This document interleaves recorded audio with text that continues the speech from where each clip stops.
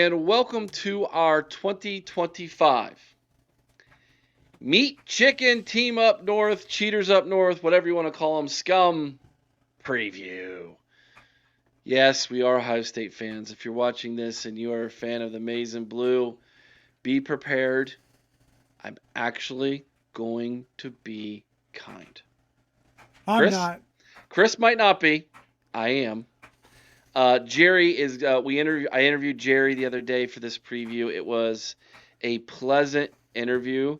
He's going to make some Ohio State fans mad. He's going to make a lot of Team Up North fans really mad with some of his takes. But he's honest. He's fair. He's unbiased, and I appreciate him, and that's why I interviewed him for this preview show, Chris. It's a great interview, and I think you're going to love it too when you get a chance to listen to Jerry. And hey, one his of only takes. two Michigan fans I can actually tolerate. Yeah, him and Burks. That's it. Sean Butler, but no one knows who he is on this show. He's a good friend of ours. Well, now see, I can tolerate him, but I still love to argue with him. Oh yeah, you guys would go around and around. It was hilarious. It was hilarious. Yeah. So anywho, this is going to be a fantastic preview, guys. We're gonna dive into it, especially at the latter end when Chris and I go over the schedule. I'm sure we're gonna have a lot to say about that. But let's start here, Chris. Let's dive into the season that was last year for the team from Ann Arbor. They began the year with a 30-10 win over Fresno State. They lost 12-31 against Texas at home before defeating Arkansas State by 10, USC by 3, Minnesota by 3.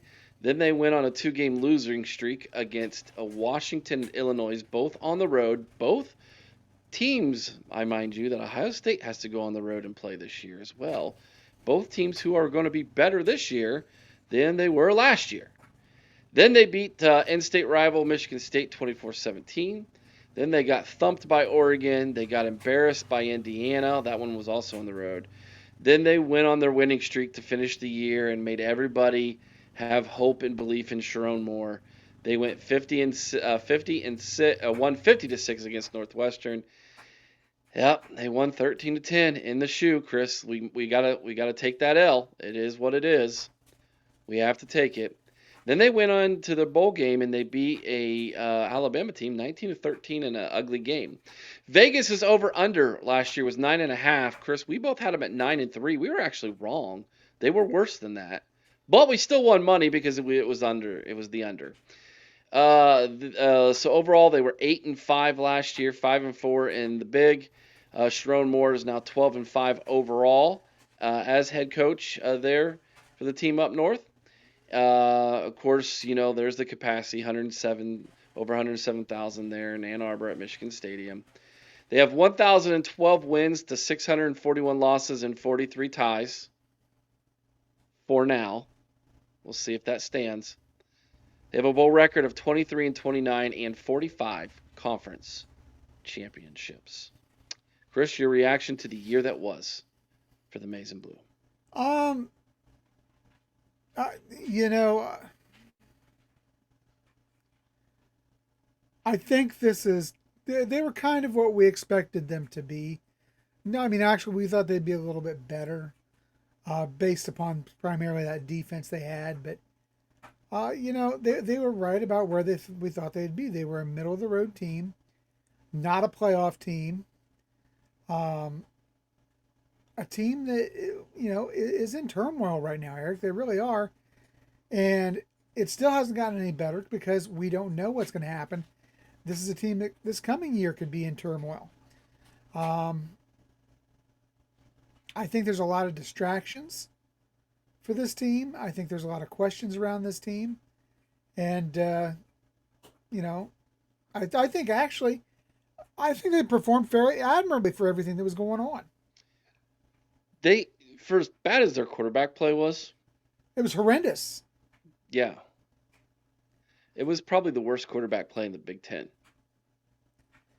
The only thing worse than Michigan's quarterback play was Ryan Day's game plan in the game against them. It's a true statement. That's it. That's a true statement. Um, yeah, I think those are all fair comments. I think those are all fair comments. Um, I I I remember when they were going through the streak where they lost two straight and then they lost two straight again. And they had four losses back to back, and I think at the time they were somewhere around 5-4, something like that. And there was a chance that they might not even make a bowl game there. If, they needed to beat Northwestern, and then they did. And then they beat Ohio State on top of that. So yeah, I think they were 5-5 at that point going into those last two games, and they ended up winning both of them in the regular season. But there was a time when you would go on their message boards and you would go into the Facebook groups and you would read the comments. And I remember, I think I made a video about this, how that the fan base was very divided on Sharon Moore. He's not the guy. He's not Jim Harbaugh. He's not gonna be successful. And then he beats Ohio State. He beats Alabama. They win the last three in a row in a very Jim Harbaugh like way. And all of a sudden, it's like he can do no wrong again. Mm-hmm. I wonder if Sharon Moore is a little bit fool's gold. I promise you, he is. He is not all that, Eric. I truly believe that. I think that He's on a pretty good heater recruiting right now, though. he is, but how much of that changes if there are any sanctions that roll out? Well, I think that would be a fair question to ask of anybody, any program, including But Ohio State's. here's the thing: he can recruit, but ultimately, can he lead these guys on the field? Now you look at last year and say, well, yeah, he beat Ohio State, he beat Alabama. Um,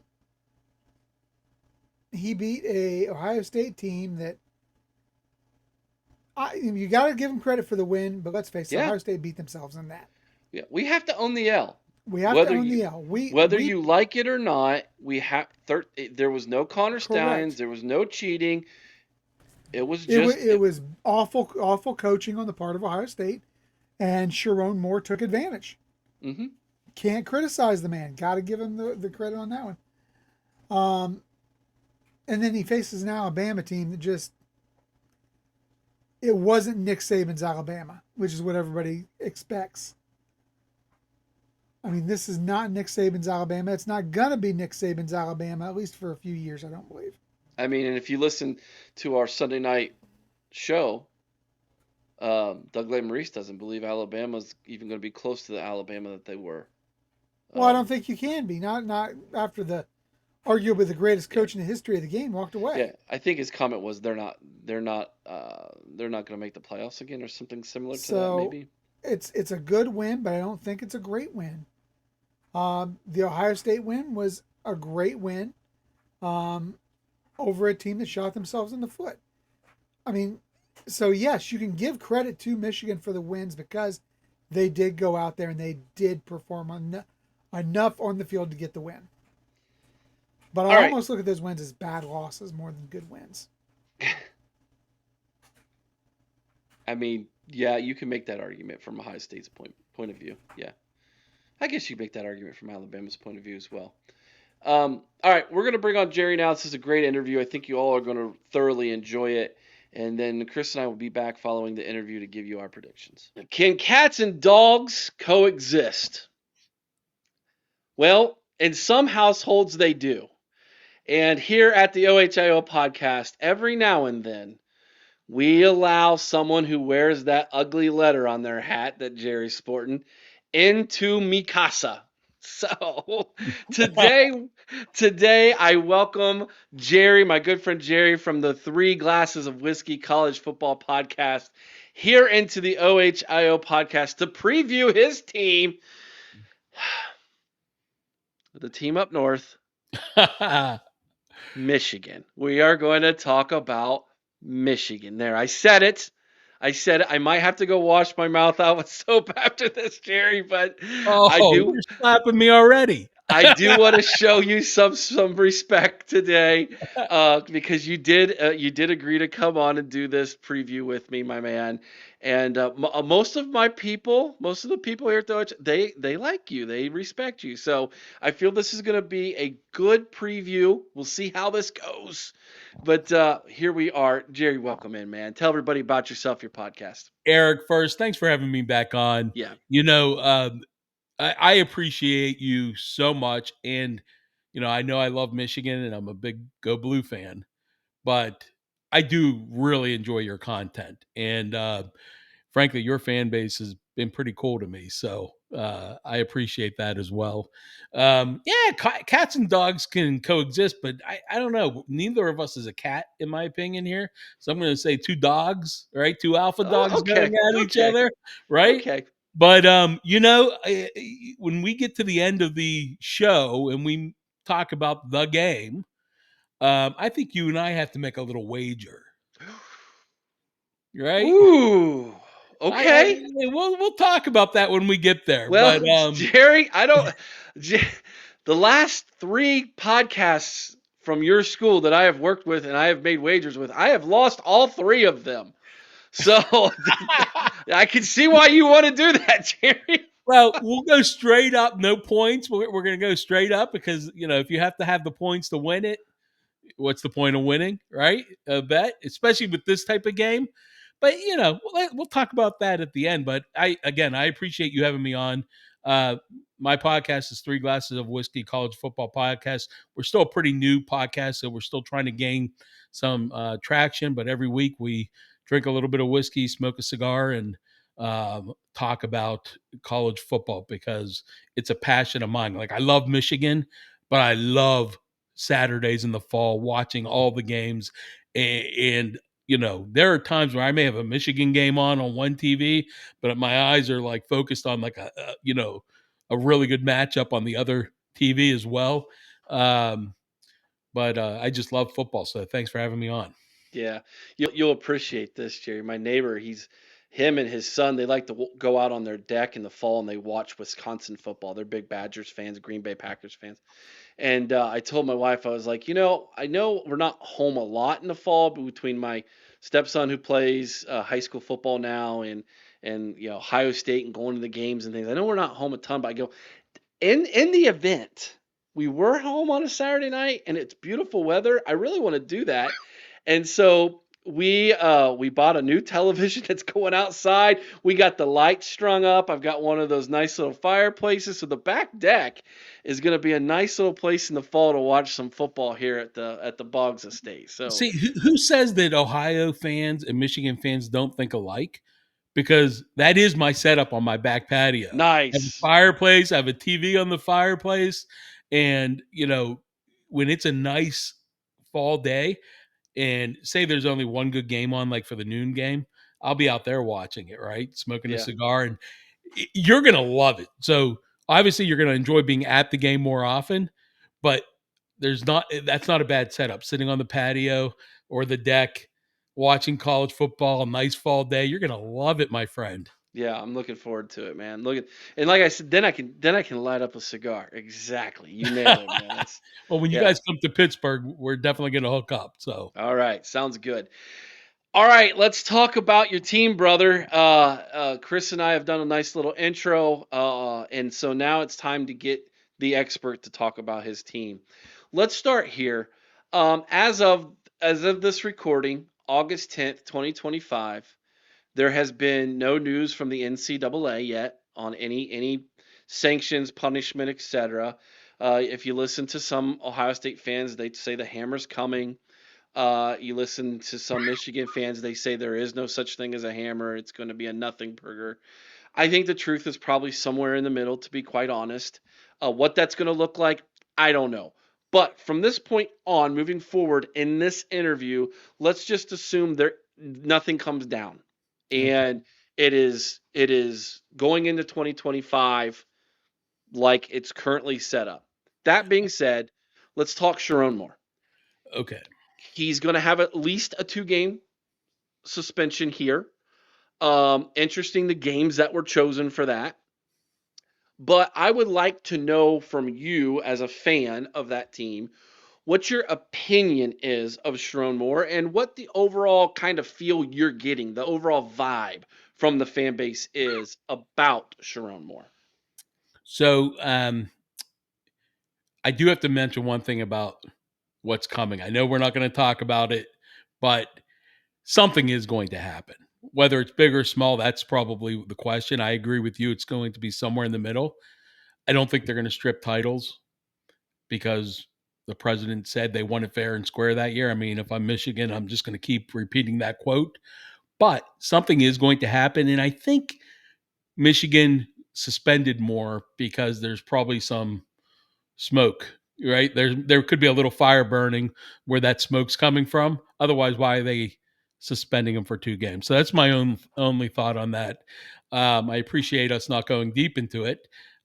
We could do that another time. More, I think the jury is still out on Moore, right? I think many Michigan fans are saying, "Hey, look what he did against Penn State a couple years ago when he filled in at the last minute for Harbaugh, right? Look what he did." Well, did he do that or did that team do it? I mean, they were stacked with talent, right? And when he just said, we're going to run the ball, that was probably more because they weren't that effective at throwing the ball that game in the second half there. Um, and last year, he didn't impress me. I'm just being honest, right? Like, the verdict's out on him. He still has had some Harbaugh players. He still does have Harbaugh players. He has been recruiting at a high level. I think their nil program is helping with that. So I give him props there. I think he has been recruiting at a high level. We'll see this year. Like when they're at Oklahoma, he'll be coaching that game conveniently. When they're playing Ohio, when they're playing USC, when they're playing Washington, Nebraska, we'll see how he really coaches a game, right? Um, Even last year's Michigan Ohio game, I can't say he outcoached Ryan Day. In fact, I would say they both probably lacked in that game itself. Both coaches were probably off a little bit. But I don't have a judgment call on him yet. It's too early. We'll see what he does this year. He has some talent around him. So if they go 8-5 again this year, I'm personally, I would say I'm done with him. He's not the right guy. If they go 9-3, 10-2, maybe he is the guy. And I would think that most Michigan fans would agree with that statement. This is in relation to that. We hear a lot from those of us south of that border that it's important for that person to be a quote unquote Michigan man. Um, for those of us who don't know what that means, explain what being a Michigan man is, and does he apply to that? Yeah. So Michigan man typically means somebody that went to Michigan, played for Michigan, or had their coaching legacy built at Michigan, right? That's typically what they're saying about Michigan men. So Harbaugh, Michigan man. I mean, his whole family was Michigan, right? His dad was a coach there when he was a young kid. He was always around the program. Then he goes and plays there. Charles Woodson, Michigan man, right? To this day, he still runs around on the field with a flag, and I love it. I love his energy. So that's what they call Michigan men. Sharon Moore is a Michigan man in the sense that he was on that championship team, but he played at Oklahoma. He's been, I'm not sure how long he's been on the coaching staff now. I'm going to guess it's 5-6 years on the coaching staff at Michigan. And that's just my guess there. Um, I personally, he's not a Michigan man yet. If he goes through this season and they win a natty, or the next couple years, if he's coach and they win a natty, they'll crown him a Michigan man, right? Because he did something special. But I don't think he's a Michigan man yet. 2018 is when he joined the staff. Oh, so I wasn't too far off. I Yeah, said no. 5-6 years, Yeah. 7 years, I guess. Okay. So interestingly enough, Jerry, you can earn Michigan man status. It's not necessarily something that is you're born with. You can earn it. is what you're Well, saying. like the players, I mean, none of them are Michigan men until they join the team, right? Right. Once they're in the team and they play through the season, play on the team, they're Michigan men from that point on. A guy like Harbaugh, I mean, he's been a Michigan man since he was a kid, though, right? Because his father was ingrained in the program. He was a coach. He was always around the program. But generally, they're former players. Generally, Yeah. Okay. Excellent. All right. I've always wondered if there was some nuance to that a little bit other than just, hearing about it. And thank you for explaining that because it does sound like there's a little bit of some nuance involved into that. It's not necessarily just something that's thrown out there as another, no, trolling party shot. There's actually some depth to that meaning yeah. for the fan base. More technically is not a Michigan man, in my opinion, right? The way I view what that means. Now he can be because he's been with the program. If he was on the championship team, if he pulls one out himself, maybe he ends up being on the like as a Michigan man. But typically, you're looking at people that went to Michigan or played at Michigan. Um, it's in their blood, basically, right? But Hmm. I've been a Michigan fan since I was 11 years old, and I don't think I'm a Michigan man, right? So Interesting. Okay. This is not meant to be a gotcha question, and you don't have to answer this. This yeah, just came to my mind. What about Connor Stallions? Is he a Michigan man? great question. He's a little obsessed from what I saw in that documentary on him on Netflix. Um, I I would not call him a Michigan man. I'm not sure. Did he go to Michigan? I'm not sure of that. I know he's worked there for I a know he went to while. the military. I know Yeah, that. yeah, And I don't think he went to the school, yeah. but I, let I me. I think he went. Yeah, he went to one of the academies, right, or the military. I know he was in the military. I look it up for you Yeah. real fast while you're talking about No, it. it's not a fastball. I wouldn't put him as a Michigan man. I mean, he worked in the offices. Yeah, Navy. He went to Navy. Yeah, that's where he Yeah. went to college. So Yeah. I wouldn't call him a Michigan man. No, he didn't go to school there. I'm not like I said, I'm as big of a fan as he is. Maybe I'm not crazy like he is, like obsessed, like sleeping in my car about it type of Michigan fan. Like I can't if Michigan loses, I can still wake up on Monday because I know I have to go to work and make my money, right? For real life. But Right. but but like I'm not going to take a job sleeping in my car because I can't pay my bills or whatever they said in the documentary. No, he's not a Michigan man. He worked there. That's like saying the janitor's a Michigan man, right? It's I'm not calling him a janitor. I'm not taking a shot at him. It's just I think you go to school there that is the true way that you're a Michigan man. Um, he may have loved the program all of his life, but he's not a Michigan man. Desmond Howard, Michigan man. Okay. Okay. Yeah, Desmond Howard. Okay. No, that's it's interesting. I mean, I did not anticipate the conversation going down this road, but I think it's very interesting nonetheless. So 2020. Let's go back to 2023 and in the season that was, and then Harbaugh goes back to the NFL. Sherrone Moore gets the gig in 2024. You lose a ton of that talent. Obviously, this past season, no one in their right mind thought you were going to be able to repeat what happened in 2023. In your mind, how long of a rebuild do you have to get back to CFP competing for the Big Ten year in, year out? We are top 12, top 14 soon, probably 16 in a couple of years. College football playoff bound year in, year out. One of the big dogs again. Is it this year? Is it next year? How long should that be? I as a fan, I'm saying this year because I do expect Underwood to play really well. But I think putting all that on his shoulders is unfair. A lot of it's going to be on how he plays, frankly. And I know we'll talk about him in a few moments. But if he truly is this generational player that they're all talking about and the media is portraying him as, if he truly is that type of generational player and he comes in and plays like a Trevor Lawrence or something like that in his freshman year, Michigan's going to give fits to some teams, and I think they will be a contender for the Big Ten.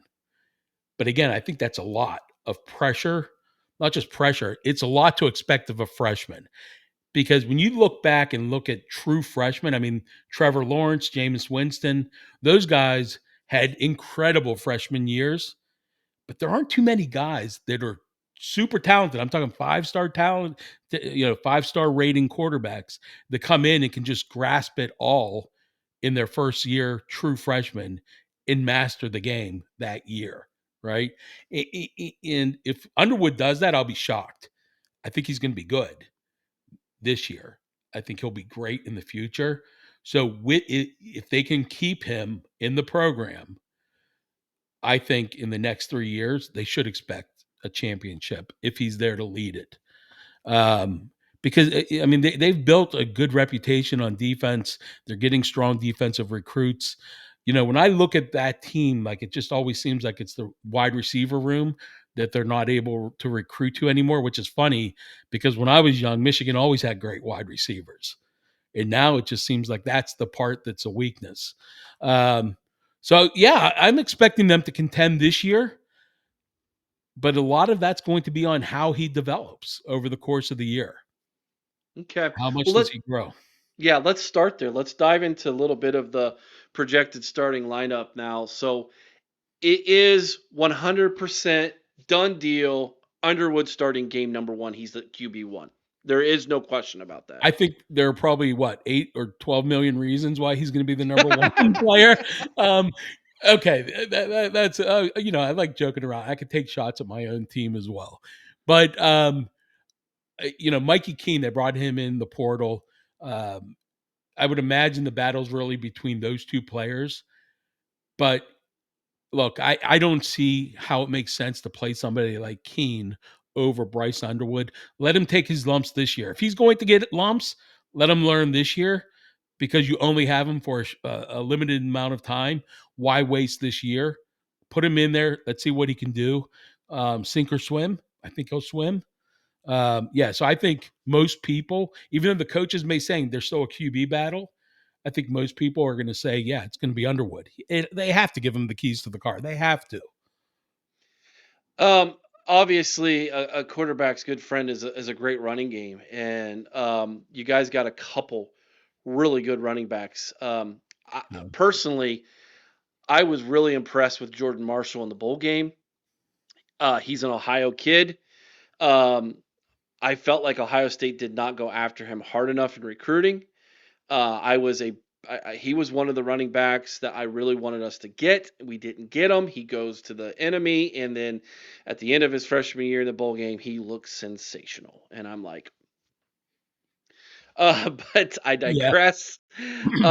He's a dog, but it looks like you guys might have a two running back system here, two-headed monster here because Justice Haynes comes in as well in the backfield. The former Bama, if I'm not mistaken, Correct. wasn't he? From Yeah, Alabama. yeah, and he's from Buford High School in Buford, Georgia, which a lot of Ohio State fans would recognize because that's where Edric Houston, the big defensive tackle for Ohio State, played as well. Um, and we've had a couple recruits from there in the past. It's one of those schools that you need to go knocking on that door if you're going to recruit big nationally. Um, so these are two really good running backs to basically, I guess you could say, help Underwood along. Yeah. Without question. I mean, that is one of the strengths of their team is that running back room. If you were going to ask me what positions are their strong points, I would say quarterback. Again, I think he's going to need some time, but he will be a superstar. But at running back, Marshall and Haynes, I mean, both of those guys are beasts when they run the ball. They both run hard. They both have some speed, highly recruited running backs. That will be the strength. And to have them be able to take some of that pressure off of Underwood's going to really make a difference for Underwood, I think. And they keep talking about speed and space again with Chip Lindsey as offensive coordinator. But I think at this point, it's in their DNA to still try to establish the run. And in an ideal world, they would pound the ball with those two backs, hopefully get moving on the offensive line, and then open it up for some big plays with Underwood, right? But you can't convince me that they're not going to start with the ground and pound right out of the gates. Both of those guys, I mean, they're two of the best in college football, in my opinion. I'm not saying they're like Heisman winners, right? But they are two super strong running backs. And Marshall, like you said, he's still young. He's a sophomore, if I'm not mistaken. Redshirt freshman, ain't he? Yeah. Didn't he? I think they got redshirted last year, if I'm not mistaken. Yeah, he came in towards the end of the year. He came in for a couple games, so he may not have burned his red shirt. Yeah, So, I don't think he um, did. but I mean, in those last two games of the year, he looked great. Um, Yeah. I mean, he was only in a little bit against Ohio State, though. But the bowl game, he looked incredible. I was like, oh, they have something here. So I'm excited about the running back position. Definitely a strength of the team. Um, I know you guys had a big time tight end last year. What? Give me your outlook on the tight end position. Yeah. So this year, the tight end is going to be Hanson. He's a sophomore as well. He's a big kid that looked like he worked in the cornfields. I'm not sure where he's from, but he's going to keep that tradition of having a good tight end going for Michigan. In fact, uh, they have Hanson, and I think they have Klein as their number two tight end, but not necessarily a backup. They're probably 1 and 1A, like they'll be interchanged. Or if they're going with a two tight end set, those are the two guys that you'll see in there. I think both can block, both can catch. They're not Colston Loveland, but they're in that same mold, big and can catch. So that's still a pretty deep position, and they're recruiting well in that area as well. So Before we talk wide receiver, I want to talk offensive line. yeah, It's definitely been, I would say, the strong point for Michigan in the last several years, especially during the championship run you guys had. That offensive line was just, it was dominant. It was a dominant offensive line. The name that jumps out to me that I recognize is Giovanni El Hadi. I hope I yeah, pronounced that properly. I remember his recruitment. He was bought in from day one. I think he was a Michigan kid. If I'm not, as far as high school, I think he grew up in the state up north, and it was just a no brainer. He was always going to go to Ann Arbor. Um, but he's the name I recognize just because I remember his recruitment. Talk to me about the offensive line. Who are some of the names we need to know? okay. So before I talk about some of the names, let me just give my general thoughts. Sure, go for it. Um, Last year was a little disappointing on the offensive line. They did not move bodies like they did the prior years last year. Um, you know, I know they kept saying that, and I'm talking from a fan's perspective. Like even against Ohio, they had a couple big plays running the ball, especially at the end with I can't think of his name. He's gone now, but anyway, the running back that broke the bigger run before they kicked the field goal. But they did not really move Ohio State's line last year like they did in previous years. So last year, I think it showed some weakness last year. This year, it's almost revamped. They have Evan Link, they have El Hadi, Crippen at center. He's a pretty strong player. Um, Sprague at right tackle. They have two really good recruits. They have I'm not sure if I'm pronouncing the name right, but Balboa is the way I always pronounce it. And then they got Ty Haywood. He's a tackle as well. Um, those guys are probably fighting for a starting position. I think Balboa, if I'm again, I may be butchering his name, but he's probably closer to starting than Haywood is right now. Um, so I think their line's going to be good, but I'm going to put a big question mark on it because some of these guys were there last year. They all weren't starters. And that's probably a concern of mine is I'm not sure that they're going to be able to move bodies the way they're going to need to. Now, with that being said, the talk out of camp is look out, right? But in their spring game, I wasn't saying look out when I watched the spring game. It's early, I know. They still have to bond and gel. So there's probably still a question mark at line. And again, that's going to impact the running backs that I just praised. Like these guys still have to move bodies for those running backs to be successful. Every prognosticator, every expert that I have listened to or watched when talking about your school mentions that the wide receiver position is their biggest concern on offense. Is it yours as well? It, 100%. I'm okay. sorry to interrupt. No, break it down for me and who needs to step up in your opinion? Without question, it is the biggest concern. And it's almost like, how did we get here? Right. How did we get here with like the way they're performing? That's sort of what I mean. And I just want to flash back to last year. I mean, we all saw the quarterback play. Heck, you or I may have been able to step in there and complete as many passes as those guys did. Right. But last year, those quarterbacks did not get any help from the wide receiver room.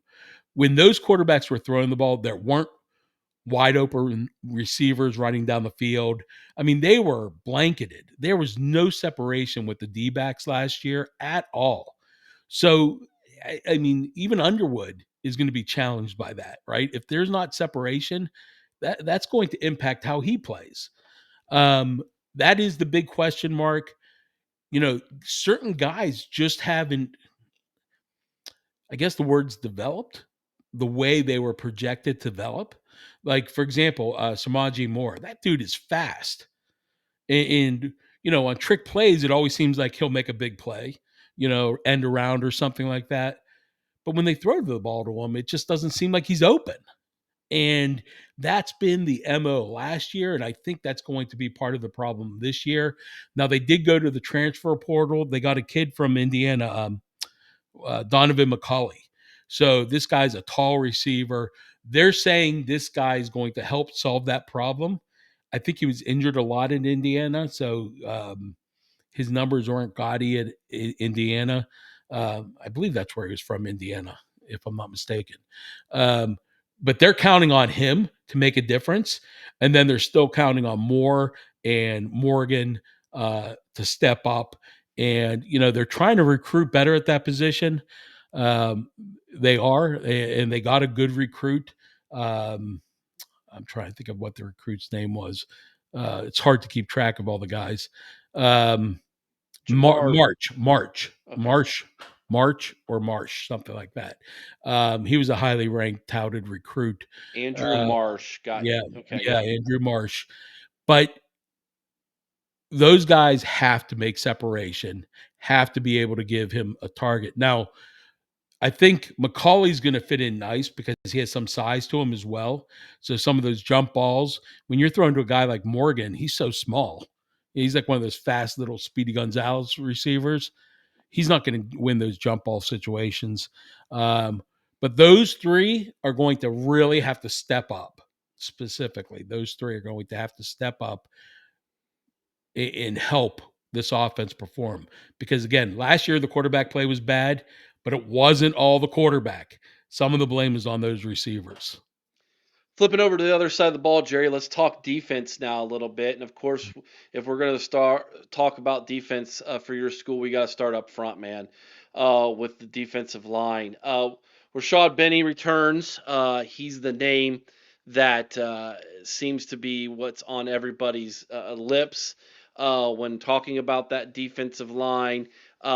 Give me your breakdown. Who are the names we need to know before we jump back to the linebackers and we talk Derek Moore? So I think that the defensive line is strength, 100% a strength of this team. Now they lost Gant and Graham last year, big losses. Those guys were beasts in the middle, but this defensive line, they're big, they're strong, they're powerful, they're deep. They're six deep, really, to be able to play. I mean, they have, like you said, Rashawn Benny, Payne. They got Payne from Alabama. Yeah, they got Payne from Alabama. They got Trey Williams, a transfer from Clemson. Both of those guys are monsters in terms of size in the middle.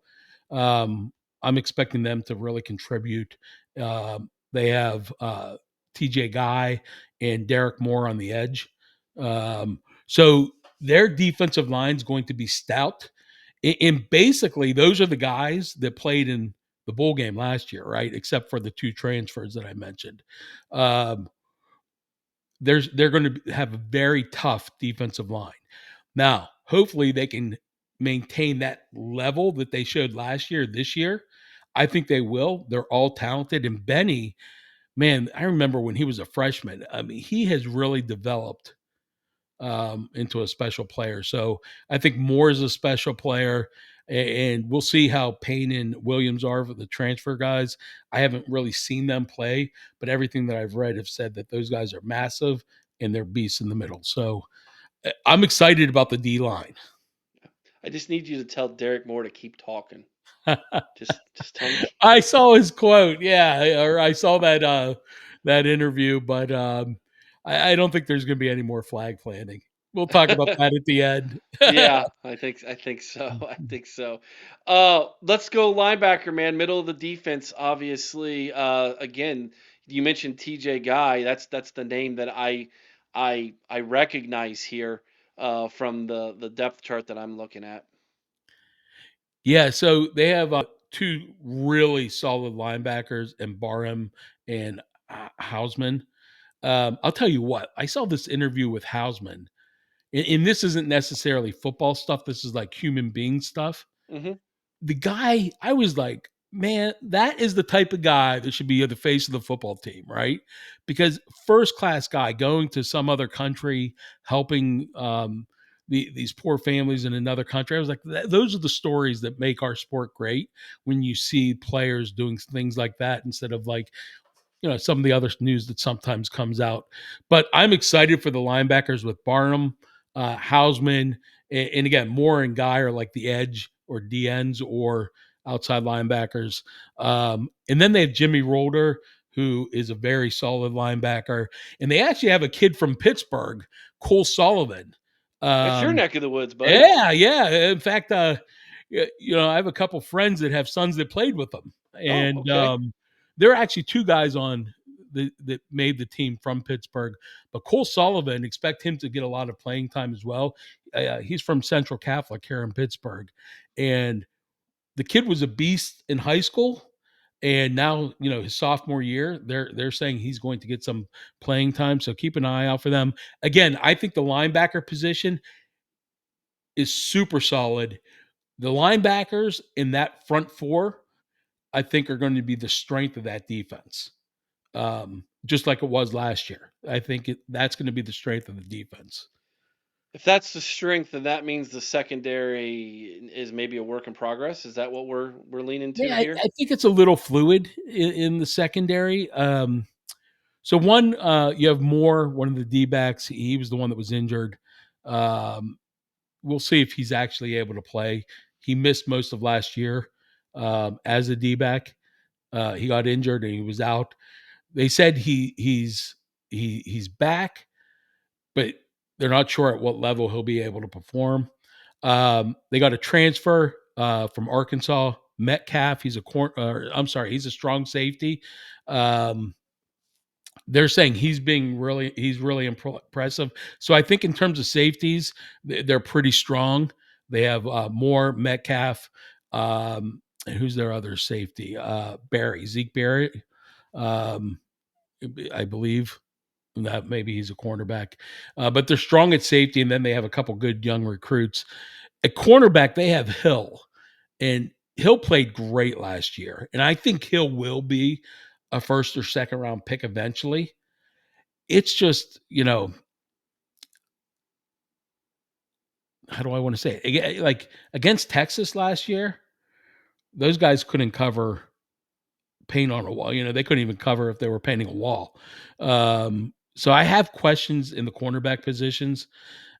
Hill has to grow from last year. They're projecting him to be an NFLer, but he's going to have to take some steps this year. I think he can. Willie is the different question, right? So I think their corners are probably their weakness, which for you guys in Ohio, that has to make you guys smile, right? Because I don't think they have anybody that can cover your boy Smith. So Didn't help out last year, Jerry. yeah, I mean that's a different topic. I mean, look, we both have views on that game last year, but I think Ryan Day had the wrong game plan last I year. think, yeah, I think, Um, I think they, yeah, I don't know what they were doing yeah, that but game. that's a different topic. If they do what Texas did last year, they're going to be okay.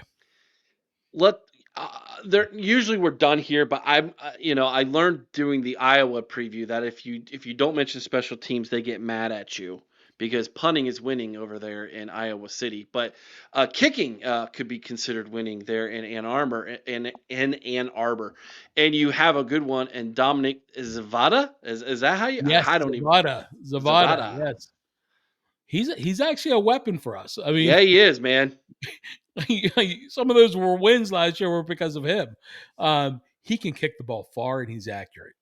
Um, I they, especially with a team like we had last year, that leg was a golden leg for them because their offense wasn't real great at moving the ball last year. Um, thank God we have Zavada. I hope he's getting his share of the no money. There you go. There you go. That's the roster breakdown, Jerry, for your team. Let's go ahead and jump over now to the schedule here. You start off August 30th, 7:30. It's a night game on the old Peacock. Looks like New Mexico's coming into town. We're gonna count that as a win. I don't Yeah, think that's anybody. a win. I'm with Yeah. you on that. September 6th at Oklahoma, the Sooners are ranked number 25, I believe they were, in the coaches Yeah. preview. So you're ranked ahead of them, but you're on the road. You're going to Norman. This is kind of a huge year over there for that head coach for the Sooners there. So big game, Sharon's alma mater. This has kind of got some of that backstory on it. It's another night game, 7:30 kick. It's going to be on ABC. What's your feelings on this one, brother? All right. So this is where the season's going to start to get fun, right? I mean, you're right. New Mexico, that's going to be a win. This Oklahoma game, there are so many stories on this game. You just mentioned one, Moore's alma mater. But I mean, think about this. So Oklahoma has their new quarterback. He's supposed to be really good. The kid, I think he's from Washington State, if I'm not mistaken. Um, so they're supposed to have a pretty good quarterback. Um, Oklahoma, they have a very tough schedule, but they're pretty high on their team. Night game in Oklahoma, that's a tough place to play. Bryce Underwood, true freshman, I'm assuming is going to be starting this game. I hope he's starting this game. So they are basically saying, here's the fire right now. Let's see what you can do. And I think this game is going to say a lot about Michigan's season. Now, with that being said, I think that's a tough ask for him to go into Oklahoma and win that game as a true freshman. Um, I think the game may be a coin flip, but I'm actually going to say Michigan's going to lose this game. I just second game of the season.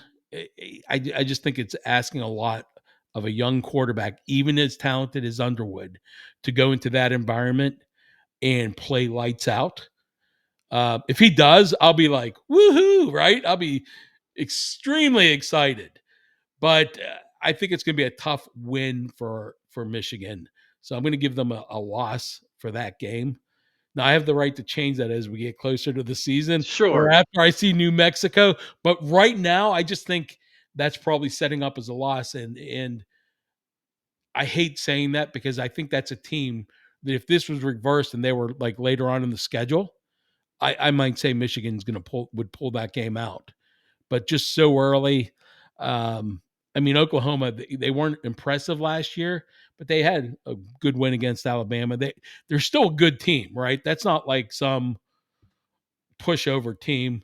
But I do think they'll beat Michigan September 6th. I looked it up. That quarterback, John, it's Mateer. I'm Mateer, that's Mateer. it. John Mateer. Mateer, that's it. Yeah, Washington State. You they're nailed it. saying good things about that kid. Yep, So you nailed that. we'll see if he picks up Oklahoma's offense. But I'll tell you what, that is going to be a hell of a game that week. That's going to be a must-watch game. And so, as that game's going off the air, the Three Glasses of Whiskey podcast will be coming on the air. So it'll be very interesting to see what the mood is down there in the studio. There, depending on You're how many right. glasses of whiskey you're in, that might be a must see YouTube there, Jerry. Yes, tune in, everyone. That will be 11 o'clock that night. We'll be on air. So Game number 3 on September 13th. We're calling this the Connor Stallions Bowl. It's 12 o'clock, But, 12 when o'clock kick we're on like 80 BTN. years old, that's going to be the trivia question. What non-player took down 2 programs? Oh Connor my Stallions, gosh. right? Yeah, the Connor Ball there. September, obviously that's a win. September 20th, open up Big Ten play on the road. Now, I feel this game is tricky for you guys. Nebraska, year 3, Matt Rule. He has a track record in year 3 of having a very good season. He did it at UMass. He did it at Baylor. He says he's right on schedule at Lincoln there for the Cornhuskers. And you've got to go to Lincoln. So I would feel differently about this game if it was in the big house. This is not going to be a cakewalk for you guys. 3:30 kick. It's on CBS. Year 2 of Dylan Raiola. I think. Tell me if I'm wrong. I think you agree with me. If you look at how things went for Dylan Raiola last year, I think that's kind of similar what your expectations could possibly be for You are Underwood. spot on. There could be times when he looks fantastic and you're thrilled, and then there's going to be times where you're like, oh yeah, he's a freshman. That you are spot on that. And in fact, I used that example.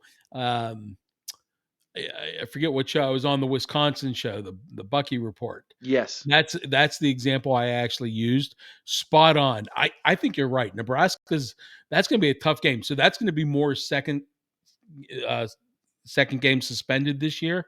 So Moore's not going to be on the sideline. It's not even that he's just not on the sideline. He's not in the facility for 2 weeks. So it's a little different than when Harbaugh was able to still go to the facility, coach up the team during the week, and then not be on the field. Moore's not going to be on at the facility for 2 weeks.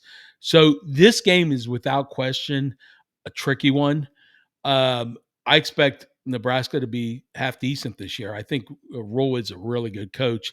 And Raiola, I think he's the real deal too. Yeah. I mean, next year, Nebraska could be a team to look out for next year if they could add some more pieces. But this game specifically, it's going to be a battle. Nebraska always plays Michigan tough too. If you go back and look at some of these games, I mean, a couple years ago, Michigan won because they stopped the quarterback on like the last play of the game from getting a first down or something, or like with a couple minutes left in the game and the guy fumbled or something like that. Nebraska always plays Michigan tough. I expect this one to be a battle. I'm going to give this one to Michigan. Okay. I'm going to give it. I think Underwood's going to perform in this game. September 27th, you get a bye, and that ends up the first 4 there, and then you got the next 5 in a group beginning in October. You take on Wisconsin at home. Luke Fickell and the poor Badgers, that schedule they have this year is brutal with a capital B. So I'm chalking this one up to a dub for you guys. You go back on the road again. You got to go out to LA. Last year, you got them at home, but boy, oh boy, was that a That was close game. last year. I mean, again, if it wasn't for that big run towards the end, I thought the game was over. Right? I think most people thought the game was over because the only thing Michigan could do was run the ball. Luckily, Mullings broke all those tackles and almost took it to the house. But yeah, we were lucky to pull that one out last year. I think that going across country, I think that's going to be tough for all the Big Ten teams. The travel back and forth is tough. I I just have a funny feeling on this one. I'm going to say USC is going to beat Michigan at USC. And I can't give you any real reason other than the travel. And you know, last year they were neck and neck. I think USC is going to be a little better this year than last year. Um, I'm going to give that one to USC. In 2023, you defeated Washington for the national championship. Last year, you went to Seattle. They got you back a little bit. Now they got to come to Ann Arbor. This has been a fun little series with this team Yeah. for you guys. You've played them back when they were in the Pac-12. I think you played a home and home, if I'm not mistaken, Yeah. with them as well. So a nice little rivalry maybe brewing here between the Huskies and the Wolverines. You get them at home this time. Obviously, advantage you guys because it's in the big house. Yeah. I think we're going to win this one. I think last year we hung with them. In fact, I would argue if we had you or I quarterback, we may have won that game. It was just Michigan gave that game away in the second half there. And I think Michigan's going to take care of business with them and at the big house. Look for a W for Michigan on that game. October 25th, the in-state rivalry. You beat them by 7 last year in your house. Now you got to go to East Lansing and take on the Fighting Smitties in year number 2 of that rebuild. This is going to be an interesting game. Yeah. So first, obviously, it's the second most important rival for Michigan in the conference, little brother. Um, I think this is going to be a close game.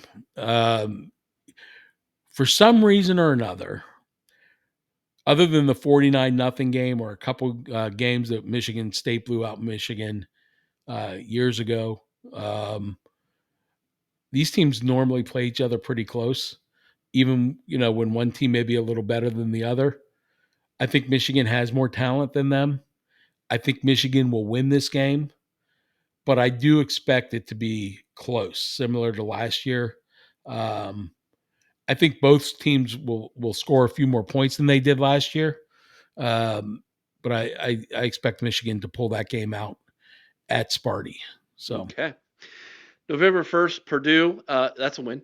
yeah, Then you get a bye November 8th. You're at Northwestern November 15th, which means I think you're probably playing at Wrigley Field then. yeah, that would be a fun game to go to at Wrigley, but it's Don't, going to be a win. don't do it. Okay. Oh my gosh. I'm so thankful I didn't go because there was everybody was like, "Yeah, it's at Wrigley, you need to go." Everybody I talked to who went was like, "It was awful." Well, I'm glad you said that because that would have been a game I would have been willing to travel to. I have heard nothing but like people saying like the viewing experience was just terrible. It's not a football stadium, it's a baseball field. And Yeah. so the view for the stands is just just awful for people is what I've heard. I guess if you want to go as far as the nostalgia of it, I can get, the understand, I can get behind that, but um I'm glad I didn't go because I've heard nothing but like, yeah, not fun. Well, I'm glad you said that because it would have been for the nostalgia of Wrigley Field, but I guess just maybe I have to catch a baseball game there. But this game, I don't think it's going to be too interesting. I think Michigan's going to, do what they should do against Northwestern. They'll win that game. November 22nd, you play at Maryland, so back-to-back roadies here, but Maryland might be even worse than Purdue this year. That's my prediction. I think they're the worst team in the Big Ten. I don't think they win a Big Ten game this year. So that should be a nice little tune-up game for the big one on November 29th, Jerry. And this is the one that we all care about, right? Exactly. Okay, so I do have to ask you a question. And Sure. I'm not asking this as a smartass or anything. I'm just asking. Last year, the one thing that would have made your season better was beating Michigan, right? 100%. Okay. So in that degree, like I know some people say the rivalry doesn't matter anymore, but it does, right? Hmm. All rivalries still matter because it's just like you said at the beginning of the show, the bragging rates for the year, right? And you know, even like last year, we managed somehow to win that game, but it gave us something to hold on to last year because it Right. was a disappointing year. And for you guys, it would have been like, oh my God, if we beat Michigan and won the Natty the way we did, it would have been like nobody can talk anything on us, right? And they Hmm. can't talk anything on you right now. But the game still matters, and I am excited for this one. Um, but I have to give you a little of my psychology here, like my mindset. So I grew up, and this game was always a great game when I was growing up, and I loved Michigan. And when they lost, I would be, as a kid, I was devastated. Um, I felt pretty good in the '90s, and then when I met my wife Kim, she loved Ohio. Uh, she loved Ohio. She almost went to school there. But anyway, when I met her, from that point on, like that was 2000, and we got married in 2006. So that was like the game where like they called it the game of the century, right? Yes. Um, from that point on, like my world of Michigan was just like you guys own the rivalry for so long from that point on, right? And it got to the point where it was a game that I was sort of like, how long am I going to be able to watch the game before my phone starts blowing up with all my friends like harassing me and stuff, and that's like the most painful part of it. So when the rivalry started to change in 2021, like I went into that game thinking we're not going to win because I've just been conditioned that way for all those years leading up to that game. Like my mentality shifted as a kid to what I've recently experienced, and they played great. They pulled it out, and the rest. I'm not going to go through each game. So it's hard for me to sit here. I still have that like that. I'm still scarred from all those years of losing. So Does that make sense? you have the 2000s PTSD, Yeah, like right? And I have the 90s yeah, PTSD. like, I'm just Yeah, like, I 100%. still can see it happening. I mean, even in those games, I can like even when they won by, a couple scores, like I just in my head, my buddies were like, "Relax, it's over." I'm like, "No, they're gonna score two super quick touchdowns and we're gonna lose," right? Like, because that's what I was like accustomed to. And I don't know that I'm past that yet. So on this game, we're gonna make a bet, but I really think, Day's game plan is going to be a lot different than it was last year. Well, And I yeah, think if he opens up the offense like he did in the playoffs, they're going to beat Michigan. I think it's going to be a hell of a game, though. I really do. I truly think it's going to be close, but Michigan. I don't think Michigan's going to beat them, and I don't know that Michigan is going to be able to contain Smith unless they get a ton of pressure on Sayan, assuming he's the quarterback. yeah, Uh, but I don't think they're going to be able to contain those wide receivers unless they get a ton of pressure on him. Um, so I'm going to say that Michigan's going to lose, but we're not going to. We still have to make a bet here, right? yeah. We'll get to that at the end here. We'll make that fun for you. So let me say this about your PTSD of the game. I grew up in the 90s where you guys owned us. I mean, you owned us. And it was difficult going to school. That last week of November because it used to be played before Thanksgiving, back in those days. And then having to deal with these Michigan fans who were growing up in Ohio who were trying to be different, and that's why they were wearing maize and blue here in the Buckeye State and having them rub it in your face day in and day out. And so even when we had all the success we were having in Tressel and Urban, those of us from the 90s, we kept warning everybody, like, hey, man, throw the records out. Oh, we're going to beat them. We'll crush them. And what people don't realize is that this series really it shifts and goes back and forth. Ohio State had the better part of 2 decades, and for one reason or another, it has shifted back to the maize and blue being, and last year felt very much like that shift was confirmed because there's no way Sharon Moore and that roster that you guys had up there in Ann Arbor should have beat that Ohio State team. I agree. I And agree. yet you did.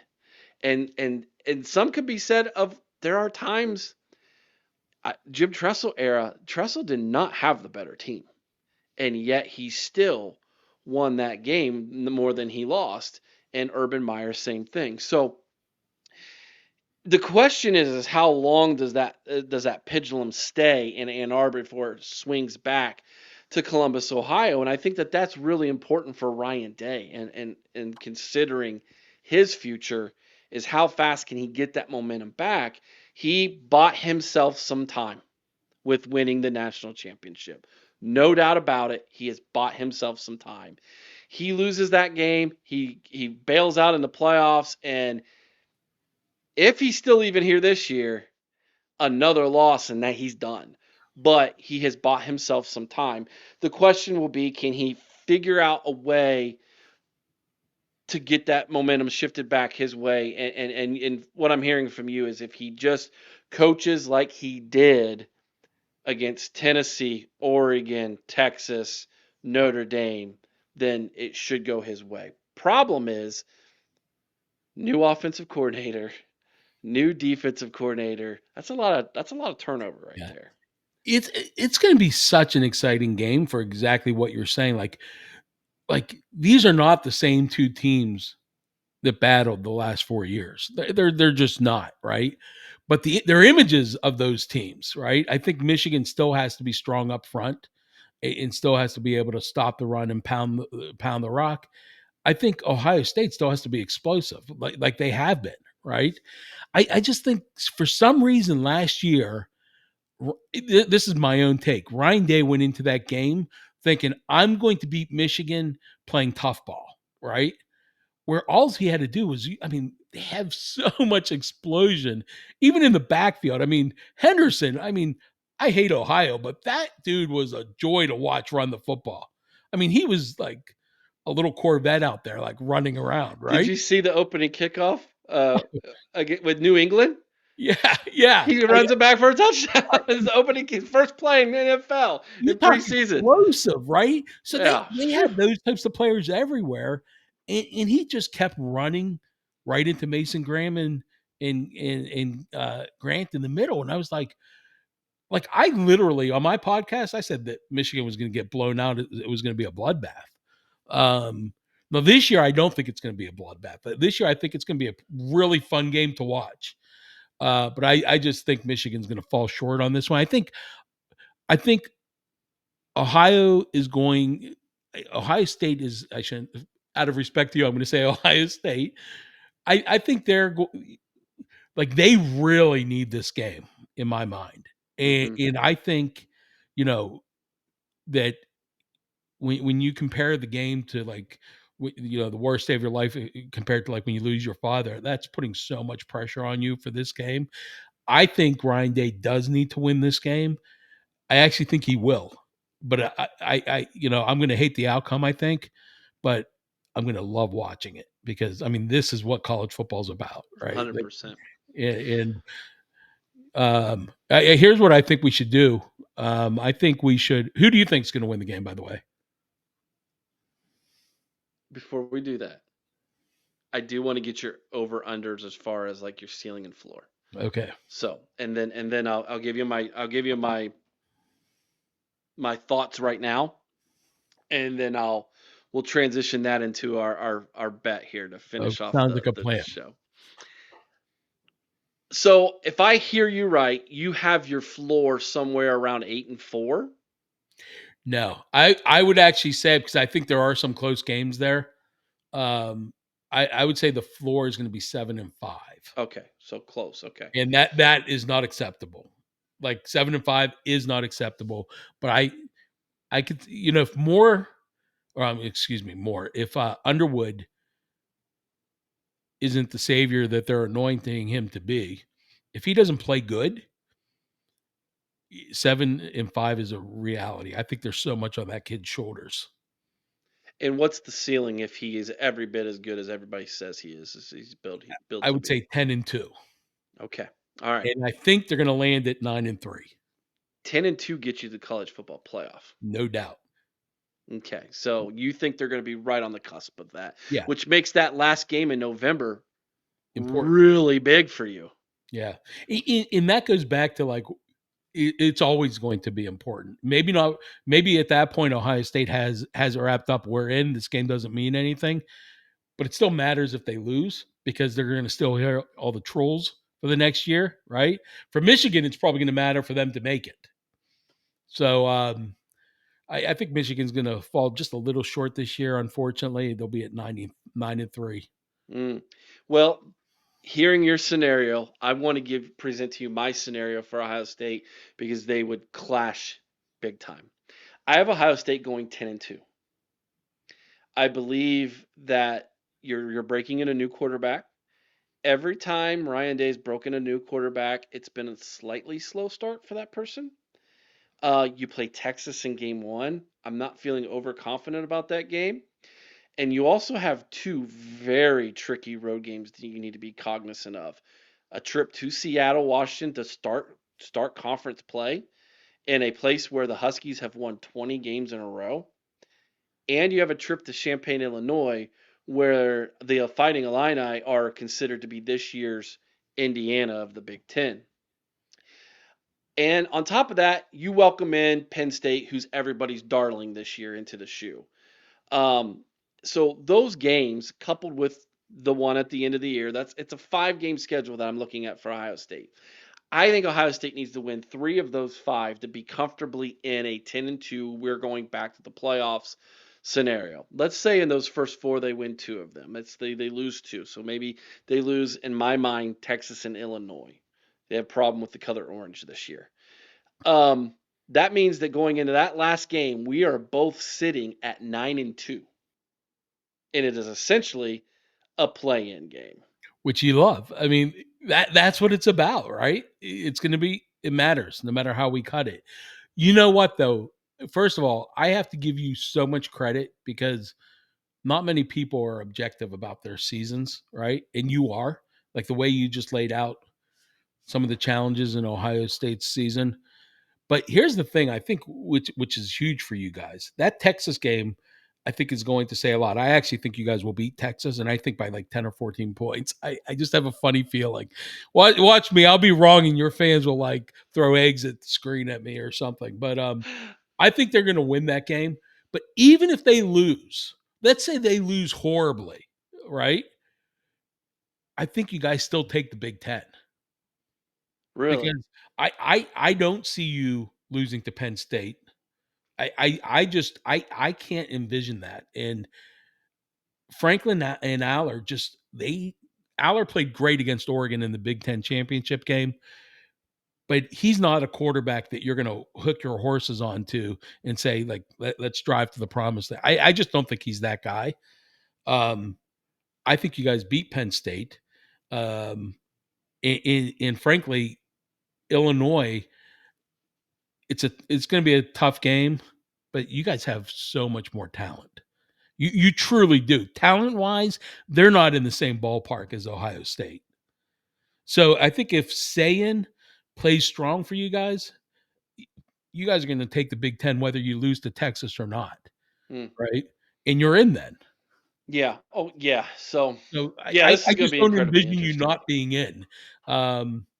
So in that sense, I think by the time that Michigan game comes, that you guys may already have the Big Ten locked up. So Hmm. All right. Well, Jerry, let's hear your idea all right. on this bet you want to do. So it's the 3 glasses of whiskey. It's the OHIO podcast. I'm doing this, Jerry, because I promised myself I will never make a bet with a Michigan fan again. But Now here this I is am gonna be reneging fun. on my own promise because I This like it, Jerry. this is gonna be fun. Okay, Okay. here's what I'm thinking. After the game, a show after the game, whenever we get it recorded, I'm on your show, you're on my show, right? If I'm on your show, I have to put something Ohio State on, and at the end, I've never done this in my life, but I will finish OH for you. Oh, wow. And Okay. if I win, Okay. if I lose, that's what I'll do. If I win on your show and on my show, just like I would have done, you put a Michigan hat or shirt on, and you're gonna say "Go Blue." Oh. What do you think? I mean, humiliation is the best form of punishment, right? Well, I'll tell you straight. If that happens, Jerry, every one of them podcasts from the school that you root for will have that cut up on their show. Okay, It'll well then, probably be in the intro for most of them. But all right. Jerry, I will no, I'll do it, buddy. I'll do No, it for you, all Jerry. seriousness though, Yeah. I understand if you don't for that reason. I get that. We can come up with something else. No. Because I It's all good. We'll it do will it, just be man. more promotion for your show, That's frankly. right, buddy. That's Well, last year the number one show we had was the first show after we lost the game, and I'm sure a lot of that was from the fans from the team up north who were checking out the tears that we were crying that day. So That was still a but when you do look back at it, both teams left things on. There was meat on the bone for both teams in that game. Um, that was a hell of a game. yeah, I mean, it wasn't the outcome you guys wanted, no, but it you definitely talk wasn't. about an old fashioned like slobber knocker type of game. That was it. But I just think that, like I said, I think Day, if he would have stuck with what his team was, and they are. I mean, they were like a freight train when they would throw the ball, right? Yeah, And don't get me wrong, they could run the ball. We won't rehash it, but that's how about that for the bet? Are we on? we're on All handshake. right, We're on, buddy. buddy. And when you come to Pittsburgh, you'll have to let me know. We'll have to hook Yeah, up. Can't wait yeah. to meet up with you. So, That's Jerry, everybody, from the Three Glasses of Whiskey podcast, breaking down our rival for all of you here at the OHIO podcast. Jerry, tell everybody one more time where they can find you and your show. all right. So we're on YouTube, Three Glasses of Whiskey College Football Podcast. We're on Spotify, Apple, anywhere you listen to podcasts. Facebook. We have a page on Facebook. I know I'm frequently on the Ohio Podcast page. I appreciate you guys. Instagram, X, and then we have a website, threeglassesofwhiskey.com. So if you're interested, take a look and give us a shot. There you go, everybody. Go check him out. If you are a fan of that team up north and you watch this, you need to go subscribe to his channel. He's a good dude. If you're a college football fan in general, go subscribe to his channel. I love the content Jerry is pushing out to everybody talking college football. He's done some really good videos here recently, breaking down the upcoming season for all of you, previewing the year that will be in college football. And he's a good dude, and that's what's most important. Jerry, thank you so much for joining us, my friend. Eric, thanks for having me on. I really appreciate all that you do for us. Great show as always, and it was a lot of fun. Yep.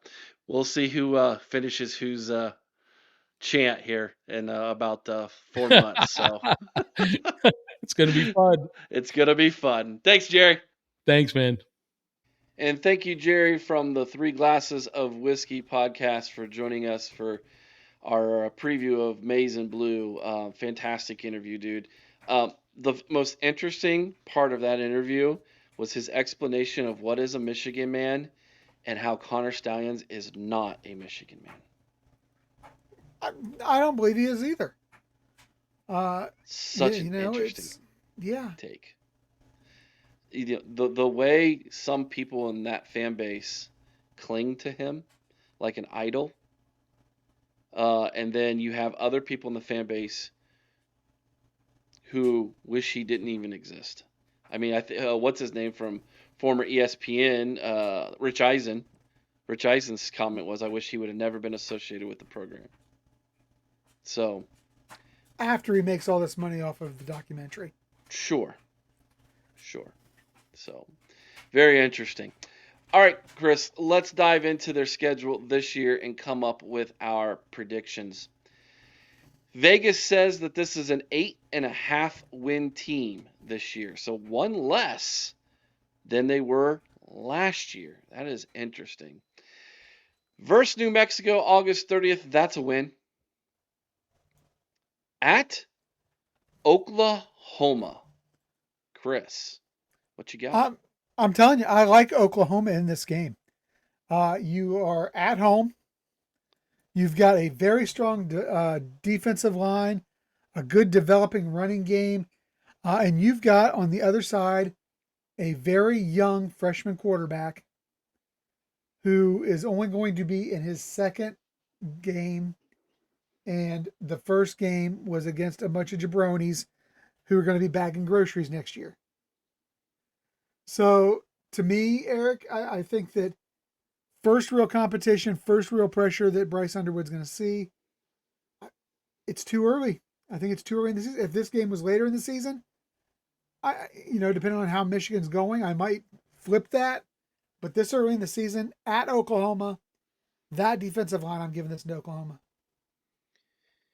Game number 3, I'm calling this the Connor Bowl.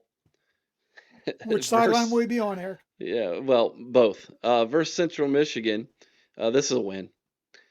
September 20th at Nebraska. I am calling for the Cornhuskers to get the win here.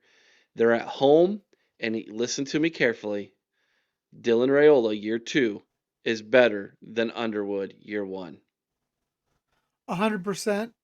Not only that, Rayola's got an improving offensive line that got better via the portal this year.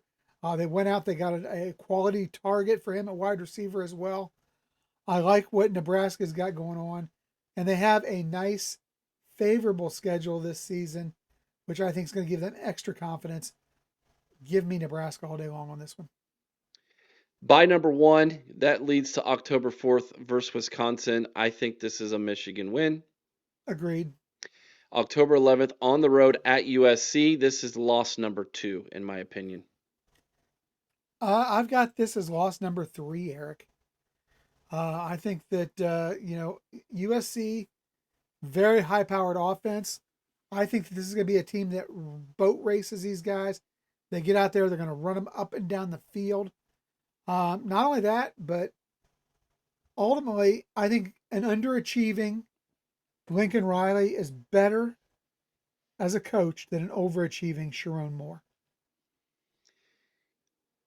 USC had them on the ropes in the big house last year and let them off the hook. That's not going to happen in the Coliseum. October 18th versus Washington. It's at home. I would feel differently if this was on the road. Washington got them last year in Seattle. This one's in Ann Arbor. I'm taking meat chicken. Yeah, I've got Michigan beaten with Washington here as well. October 25th. It's I guess they want to call it the big brother little brother game. Little brother went into Ann Arbor last year and only lost by 7. Year number 2 of the Smith rebuild. Again, quarterback with one more year of experience than what you got in Ann Arbor. I think this is going to be a very, very close game. I even think it could be a coin flip, but I'm going to go ahead and give the nod to Michigan in this one, but it's close. I'm going to go the other way, Eric. I like the Spartans in East Lansing here. For the reasons you talked about, I think they're going to have better quarterback play. And honestly, I like what Jonathan Smith is doing in East Lansing. I think he's putting together a program. It's not there yet. It's not a playoff team yet. But you know what? I think he's slowly building, and I think that they've got enough this season to pull off the upset.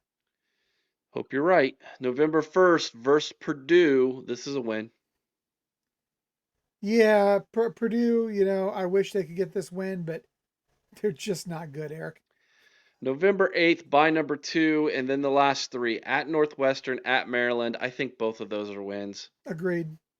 November 29th at home against Ohio State. So if you're keeping track and you know my predictions up to this point, this would be a 9-2 Michigan versus a 9-2 Ohio State, in my opinion. Very important game for both teams. Basically a play-in game at that point for the college football playoff. I just feel like Ohio State's got more firepower. I feel like after what happened last year, Ryan Day wants this one bad. He needs to get this monkey off his back. I think Ohio State wins this game. I think they win this game running away, Eric. I think Ryan Day is a different man than he was a year ago. I think that playoff run did something for him, did something for his confidence, did something for his mentality and the way he's going to coach. He's comfortable in his own skin if you watch him now. He's not trying to be Urban. He's not trying to be Tress. He's just going out there and being Ryan Day. And I think that he's found that comfort zone. And I think it's the first of what will be many for Ryan Day over the next few years.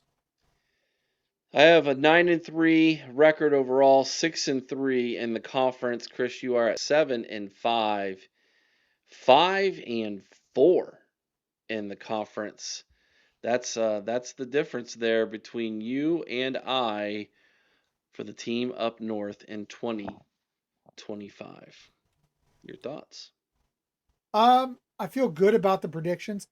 The one game that I picked as a loss, the Michigan State game, does scare me a little, but I'm very confident in those other four losses. Um, to me, this is a mid team with a true freshman quarterback and mid coaching, as far as I can tell right now. 12-5 overall record. That's not great. And you guys can get on here and say 13-10 all you want. You can get on here and say, well, we beat you guys all you want. It doesn't matter. The fact is, mid coach, mid team, yes, great prospect at quarterback. But again, he wasn't exactly playing the best competition in high school. So I want to see it at the collegiate level. I think it's going to take him at least a year to develop and get into his game. I think he has the potential to be good. You lost a lot off of that defensive line.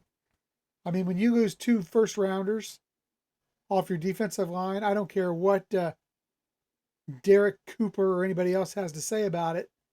The fact is, you're Who? going to feel that. Who? Der- Exactly right. Derek Moore? Whatever his name is, Cooper, Cooper? Moore. Cooper. Let's just call him idiot. I don't care what idiot has to say. It's pointless, you know. Eric, I'm just going to say this. Okay, say Michigan fans need to take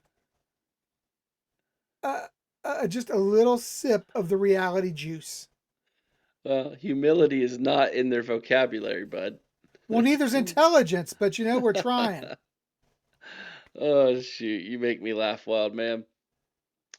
Well, I tell you what, every year I I disdain doing this preview, but we do it nonetheless for all of you, even you trolls, even you fans of the team up north. We try our very best to be professional, but at the end of the day, this podcast has always been and will always be Buckeye fans talking about the Buckeyes and hating on the team up north. It's who we are, it's in our DNA, it's how we were raised, and it'll forever be what we do here. And so if you take great offense to our views, I guess you can always come back in November and rub it in our faces again, if indeed that were to happen. But I just want to forewarn all of you. Ohio State fans have been taking it on the chin for the last 4 years from you all. You think we've been obnoxious after this national championship win? Just wait. If Ryan Day walks into your house and beats you, it's going to be relentless for you all for the next year. We've taken it on the chin once, Eric. 3 of them don't count. If you cheat to get them, they don't count. Well, we've been waiting. No word yet as of the recording here for this preview. No word yet. And if it drops between now and when this posts on Wednesday morning, I guess we'll always jump right back into doing a celebratory in your face episode, or maybe egg on our face episode, depending on what the punishment will be. But nonetheless, we'll be here to do it because that's what we do. Let us know what you think about what we think down in the comments section below. Of course, please consider liking the video and subscribing to the channel if you haven't already. Ring the bell, get notified every time we go live. And we have new content that drops, so it'll be in your inbox. It'll be right there when you open up YouTube, so you can see it and you can watch it and you can enjoy it, whatever that may be. Any last thoughts, Chris? Yeah. Buckeye fans plan on enjoying the last weekend in November And hey, Scum fans, let me just call it what it is. If you don't like it, we got 2 words for you. It's family friendly, Eric. I'm not going to share. Thanks everybody for watching. That's number 17, which means there's one left. The big The one. The best one. Ohio State Buckeyes. No, Eric. You did it wrong. Okay. It is the reigning, defending, undisputed national champion Ohio State Buckeyes. All right, that's next, and then we will be done with our Big Ten previews, and we will be ready for week 0 of the college football season right here on the OHIO podcast. Till next time, be kind to one another. IO someone's OH. Sing Carmen Ohio with all your heart. Chris, you know what to do. OH. IO. Go Bucks.